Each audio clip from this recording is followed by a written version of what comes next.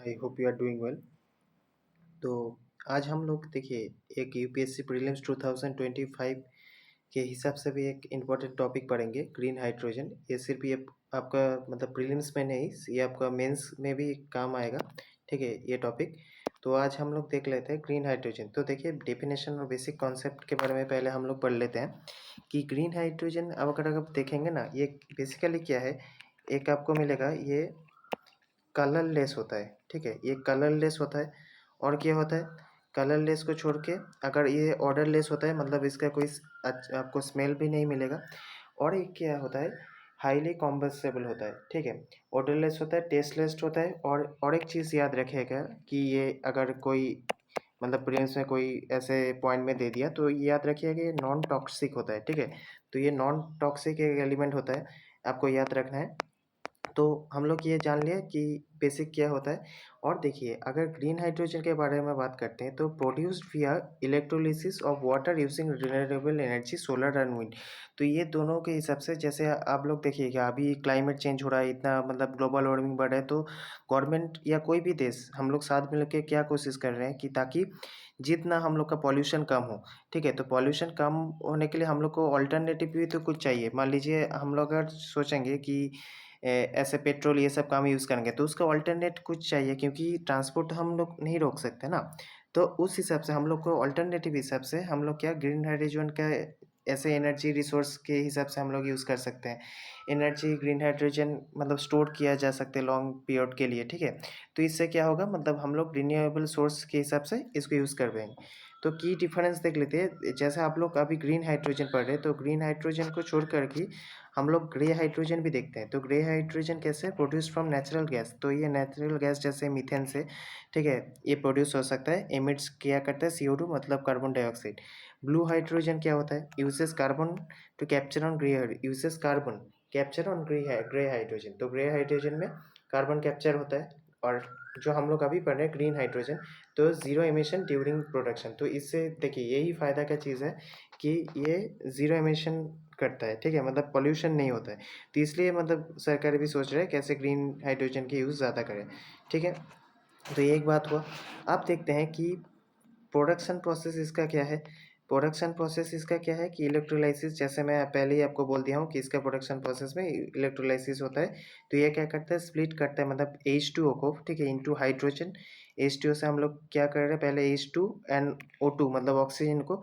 ठीक है, using renewable electricity. ठीक है, हम लोग पहले अलग कर रहे हैं। तो ये टाइप्स क्या होता है इलेक्ट्रोलिसिस जो हो रहा है, तो एल्काइन, पीएम, इस ये देखिए ये डिटेल्स आपको याद रखने का ज़रूरत नहीं है।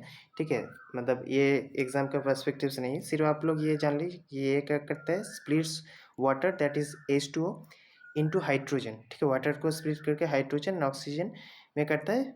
और क्या है, यूजिंग रिन्यूएबल इलेक्ट्रिसिटी। ठीक है, अब देखिए एनर्जी सोर्सेज क्या हो सकते हैं इसका, release on solar, wind and hydel power to ensure sustainability. ठीक है, तो ये सब आप लोग देख सकते कि नेचुरल रिसोर्स है, इससे पॉल्यूशन कम होगा। ठीक है, ये इसका एक अच्छा फ़ायदा है। अब क्या करते हैं कि एप्लीकेशन देख लेते हैं कि हम लोग मान लीजिए ये अगर हम लोग इसका एप्लीकेशन मतलब क्या क्या इंडस्ट्री में ये जो ग्रीन हाइड्रोजन ये क्या क्या इंडस्ट्री में काम में आ सकता है, वो हम लोग पढ़ लेंगे। तो एप्लीकेशन ऑफ ग्रीन हाइड्रोजन जैसे आप लोग देख सकते हैं कि ये केमिकल इंडस्ट्री में हेल्प करता है, जैसे use as a feedstock और प्रोडक्सिंग एमोनिया जो फर्टिलाइजर के हिसाब से यूज़ होता है, एंड मिथानॉल। तो इसके यूज़ में हम लोग एक देख सकते हैं। तो पहला पॉइंट आप लोग क्या देखा, केमिकल इंडस्ट्री में इसका हेल्प हो सकता है, मतलब काम में हम लोग ला सकते हैं केमिकल इंडस्ट्री में।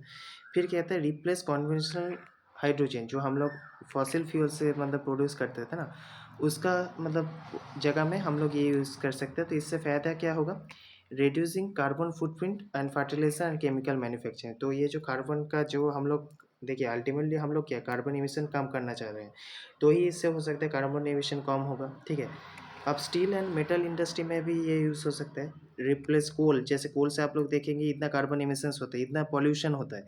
ठीक है, तो वो रोकने के लिए हम लोग कर सकते हैं, कोल एंड स्टील प्रोडक्शन में कर सकते हैं, direct reduce from iron processes, enable green and steel with in minimal emissions. तो इससे क्या होगा, मिनिमल एमिशंस मतलब एमिशन बहुत हद तक जैसे मैं बोला कम कर सकते हैं। ठीक है, अब ये can be blended gradually in existing steel plants, जो ऑलरेडी स्टील प्लांट्स है। ठीक है, उसमें हम लोग ब्लेंड करके ये कर सकते हैं, and being piloted for future low carbon steel market. तो स्टील मार्केट में जो स्टील इंडस्ट्री है उसमें भी हम लोग जो एमिशंस कम करने के लिए यूज़ कर सकते हैं। अब जैसा मैं पहले ही बोला था, आपको ट्रांसपोर्टेशन में बहुत हेल्प हो सकता है, जैसे power fuel electric vehicles, FCEV such as cars, buses, trucks, trains, ये सब में भी यूज़ हो सकता है। तो आप अगर सोचिए ट्रांसपोर्ट में अगर मतलब पॉल्यूशन थोड़ा कम हो जाएगा, इतना जो मतलब अभी देखेंगे कितना ऑटोज़ है, टोटोज़ है, ये सब में अगर पॉल्यूशन इतना जो हम लोग कार चलाते हैं, ठीक है? तो इसमें अगर ये यूज़ होना शुरू हो जाएगा तो पॉल्यूशन काफ़ी हद तक रुकेगा, ठीक है? अब ये क्या करता है, offers longer range and faster refuelling than battery electric vehicles and explore for aviation and shipping in sectors. तो ये एक्सपोर्ट हम लोग कर सकते हैं, मतलब एक्सप्लोर कर सकते हैं, इसको और भी एक्सप्लोर कर सकते हैं एविएशन और शिपिंग सेक्टर में।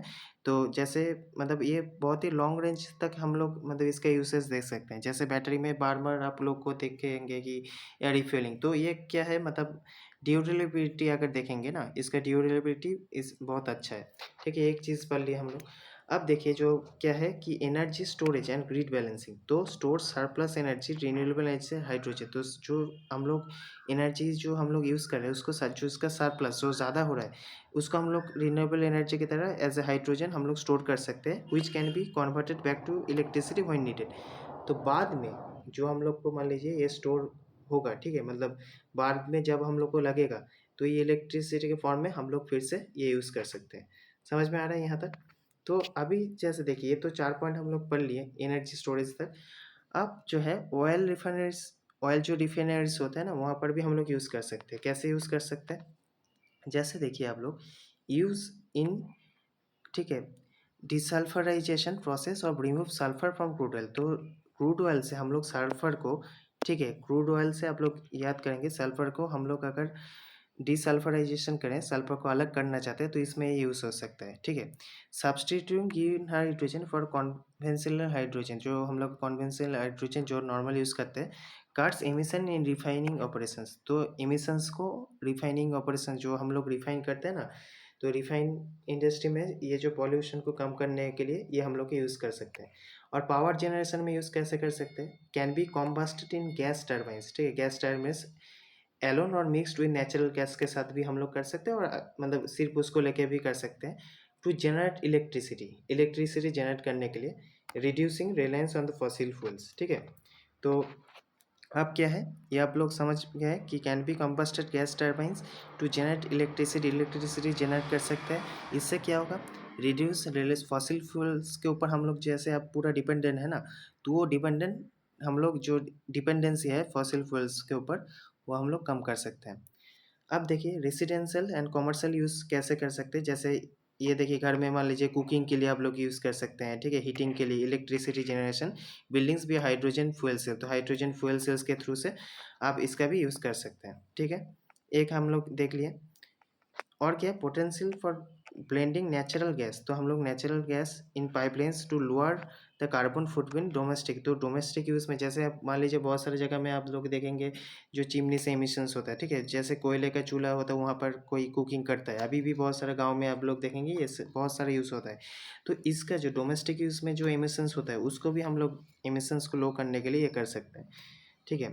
अदर इंडस्ट्रियल एप्लीकेशन क्या है, used in glass concrete production helping decentralising this high emission industries, ठीक है? तो बहुत सारी इंडस्ट्री में जैसे हम लोग हाई एमिशंस देख सकते हैं इन द, अभी देखिए इंडस्ट्रियलाइजेशन तो ज़रूरी है, क्योंकि इससे तो इकोनॉमी पूरा ये हो ना, कितना लोग मान लीजिए यहाँ पर काम करता है इंडस्ट्रीज़ में, तो वो तो हम लोग बंद नहीं कर सकते, मगर वहाँ का पॉल्यूशन हम लोग कम कर सकते हैं। तो इससे क्या होगा, मतलब इससे डिकार्बोनाइजेशन अगर करेंगे, ठीक है, हाई एमिशन इंडस्ट्री में, तो बहुत सारे हेल्प होगा, मतलब पॉल्यूशन टोटल ओवरऑल कम हो जाएगा। तो ये हम लोग का जो एनवायरनमेंट के लिए हम लोग सबके लिए ये अच्छा होगा, ठीक है? अब जैसे हो गया कि can fuel industrial machinery and support innovative eco industrial parks, तो हम लोग इको इंडस्ट्रियल पार्क के हिसाब से भी इसको यूज़ कर सकते हैं, ठीक है? कैसे हम लोग उसको मतलब प्रोमोट कर सकते हैं ऐसे तरीके से, ठीक है? तो ये हम लोग देख लिए। अब देखिए हाइड्रोजन ट्रेड एंड एक्सपोर्ट, तो हाइड्रोजन का जैसे trade and export, countries with abundant renewable energies can be produce export, ठीक है?